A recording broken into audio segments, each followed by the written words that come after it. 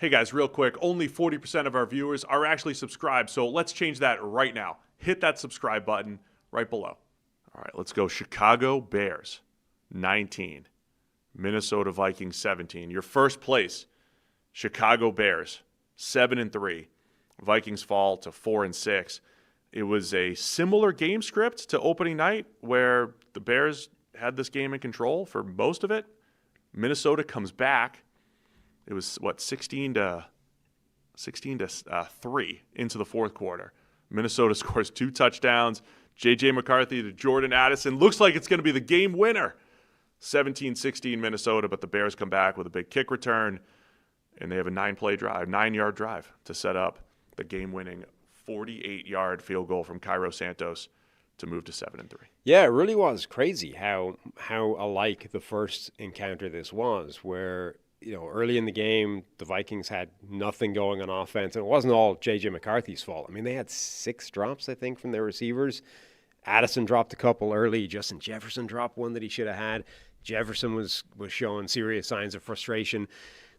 Some of them were the types of drops, certainly the Jefferson one I'm thinking of, where it's like, I think one of the things I thought about J.J. McCarthy as a prospect is there's no nuance to his throws. Everything is a bullet.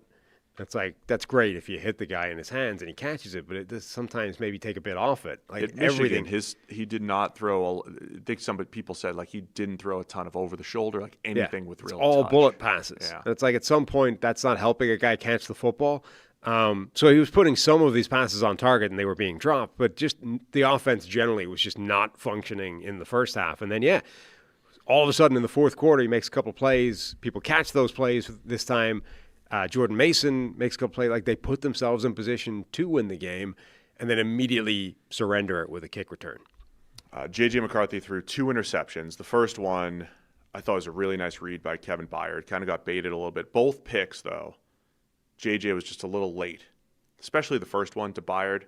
The second one was more like, hey, you're going backside read. Honestly, the second one I think is just a great play. It was such a good play. I think I've been more critical to you off air than on air about Nahshon Wright and his ability to play cornerback, but he's had a few really nice plays this year. This was an unbelievable interception by Nahshon Wright in the end zone. It really was. Amazing play. He's in tight coverage. He extends, he high points the ball, he fingertip grabs, spectacular interception. And then this is Nahshon Wright is somebody who makes this incredible play, which ends up, this is a game-changing play. Days after his college coach, the legendary John Beam, was shot and killed, he's the last chance U coach, Laney College. Nahshon Wright played for him. So as soon as he makes this play, he's down in the end zone, and incredibly emotional. So phenomenal play and moment for Nahshon Wright to make it at that kind of moment.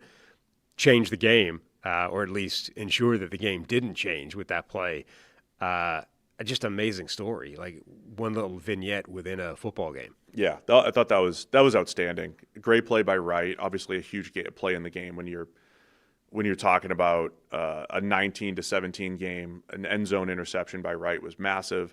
The Bears are now number 1 in the NFL. So I mentioned a little while ago. 2 teams with winning records, negative point differential, the Bears and the Panthers. The Bears are 7-3, negative point differential, but they're number 1 in turnover margin. And that's the difference. That seems to be the difference in the Bears. Plus, just every game comes down to a game-winning field goal. And they kick all of them. Or they block them. Yeah. Whatever it is. Yeah. Bears winning all these one-score games. Normally, we would say, hey, this is really tough to sustain. But, enjoy it. And it is. Yeah. Producer Will. And the first-place Bears right now. Did just enough offensively. Kyle Monangai, another touchdown, running hard. He didn't get as much going as he had previously, but he still had, 90 yards from DeAndre Swift. Couple big plays from Colston Loveland and Roma Dunze over the middle. Didn't do, but, up and down passing attack from the Bears. But defense did a nice job. J.J. McCarthy still trying to find his way from Minnesota. Yeah, so the drops were really problematic because, McCarthy's basically completing 50% of his passes. The Vikings offense is not efficient enough right now to withstand a bad receiving day as well. maybe they could withstand a bad J.J. McCarthy day, but the players need to catch the passes where he does actually deliver it to them. This is supposed to be one of the reasons the optimism for J.J. McCarthy was there is because, hey, look at this receiving core. There's talent everywhere. Well, if those guys are going to drop the football, that stops becoming a positive. So this offense is not good enough to deal with that on top of the J.J. McCarthy struggles. So I think that was a big part of why they weren't much closer in this game for the majority of it. Yeah, that was a nice throw. By the way, Addison up the seam. Yeah, that's a touchdown. Yeah. If he catches that, that's one of those plays where McCarthy is a guy he's 50% right now. He's a coin flip about whether or not you're going to get the ball. If one of the plays where he actually hits it on your side is a bullet right in the hand of the receiver up the seam, and if he catches it, he's probably breaking loose of the guy who has hold of his T-shirt and scoring. That's a touchdown at the start of the game. You have to catch that pass. Is everybody rocking the Hulk Hogan tearaway undershirts these days? That's what I would do. I think skill position players are very much. Yeah, go ahead, grab my shirt. Oh, right. You get the shirt. I'm gone. Now, the look, Hogan tearaways. Jordan Addison weighs 17 pounds, so maybe it's enough to keep him down. But still, I think as an NFL wide receiver, you fancy your chances of escaping just a T-shirt hold. Would you say there's Broncos fans, earmuffs, they're not watching this right now anyway. A little bit of Bo Nix to early J.J. McCarthy, where there's just so much inconsistency. I think he's got a little bit of that amnesia where even if it's not going well, he can make some big plays. If the Vikings pull this off, the narrative is completely different. JJ, you struggled for 55 minutes statistically, but man, did you come through in the end. The way Bo Nix has in several games this year. Bo played great, by the way, against the Chiefs. We'll break it all down, just so you know.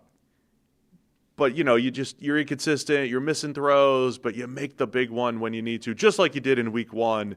There's a little bit of that to J.J. McCarthy right now. Yeah, he's wildly inconsistent right now. And that, he's the youngest starting quarterback in the NFL. It's to a degree fairly inevitable. I don't think I would like him if I was if I was Kevin O'Connell or whoever, anyone internal advising him, he should probably stop talking. He keeps saying things that I don't think are helpful.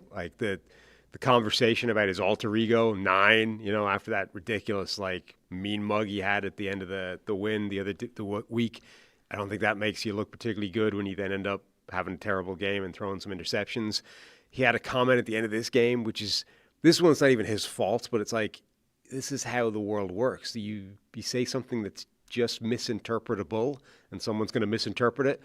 He said something he was talking about how you can't make mistakes in the NFL because the NFL's too good, right? They're going to punish you for these things. And he said something it's too hard, this league. And I was our starting quarterback's out here saying the game's too hard for him. We can't have, blow it up now. And that's not what he meant. He meant that, defenses are too good for you to give them freebies in addition to, not making plays. But these are the things that's happening right now for McCarthy. Just don't talk to anybody. Just, head down, concentrate on not completing 50% of your passes. I blame the people that misconstrue those statements, but yeah. But this is just the world now. You have to sort of be aware that this is going to happen and not say things. All right, one more thing I need to bring up here. And I think you mentioned this last night. They showed Justin Jefferson slamming his helmet in frustration. Yeah, man's pissed off. No. Just like anyone else. Put a camera on the left guard. He's probably pissed off too. I'm mad at the media for trying to turn every wide receiver into Terrell Owens. Every time an offense is frustrated, not doing well, they put the camera on the receiver, they show the frustration, and they project that it's going to turn into this oh, he's upset. He's not getting the ball. He's not getting his catches. He's frustrated. It's yeah, everybody's frustrated. If you watch all 11 players, they're probably all frustrated. And so it was this is when it was 16-3. Slams his helmet. And the way the Vikings got back into it, big kick return, and then a long 16-yard run from Jordan Mason, touchdown run. And Justin Jefferson's in there blocking like crazy on that play, pumping his fist and celebrating. I think the media is they create these things out of nowhere. oh, Justin Jefferson. Like, and they do it by just showing the replay, and everybody's like, oh, here we go. It's Ocho Cinco. It's T.O. It's upset receiver. And I'm going to vent about the same thing on A.J. Brown later on the show. I don't think that's really what's happening. I think Justin Jefferson is getting more frustrated than he has been in the past. And I don't think there's anything necessarily wrong with that because of the point you brought up, which is on that Jordan Mason run, he's still out there blocking his ass off, trying hard and trying to make this thing work. And so that's fine. Like a star wide receiver, as good as Justin Jefferson is, if the offense isn't firing and he's a part of it, like with a drop in there. Like if that's the case, he should be pissed off, and that's fine. That's my point, though. I'm not saying that there's nothing wrong with that, as long as it doesn't result in him packing it in and giving up, and the effort going away. That's my point. Though.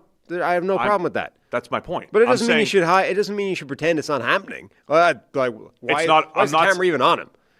I'm saying because they're trying. It's like they're creating a reality TV show. It's like, here's the slow-mo of Justin Jefferson slamming his helmet. I don't care that he's frustrated. Like that, he should be frustrated. But I'm telling you, there's probably 10 other guys that are frustrated too. And it's because we all immediately think this is going to affect his performance. Now he's going to stop running routes. He's going to get pissed off. He hates his quarterback. That's the story that's being conveyed by that. And I think that's all wrong. Same thing with A.J. Brown. I think that's all wrong. Of course he's okay to be upset, frustrated when the offense has 3 points. But I don't think there's anything wrong with showing that as a new development in his disposition. I don't think there's anything wrong with saying, hey, a notable thing is happening right now. As the Vikings offense is struggling, Justin Jefferson is growing increasingly more frustrated on a visible level. It's then relevant to be like, yeah, but look, he's out here still blocking his ass off. Like it's still a story that Justin Jefferson is getting pissed off by this offense without taking it as far as going, therefore, this is a problem. He's a problem child. He's Terrell Owens. Time to ship him off. Like we don't have to go there, but that doesn't mean you don't show it. I feel like that's the story that's being conveyed, though. Those are the conclusions that people jump to. Headache wide receiver, distraction. Like Justin Jefferson's not a distraction for Minnesota because he slammed his helmet. That's where people jump. That's where people jump to. I'm mad at the interpretation of it more so than maybe the camera. But I think the networks they don't have the camera on the left tackle being frustrated, right? I'm just telling you, they're creating stories that aren't there. Anyway, congrats to the Bears. Good job by the Bears. They got the Steelers next week. Will broken wrist Aaron Rodgers come back to face the team that he owns? The Chicago Bears. Thanks for watching all the way to the end of the video. Check the Mic is live Monday, Wednesday, and Thursday, so be sure to hit subscribe so you don't miss a video. You heard the man. Subscribe.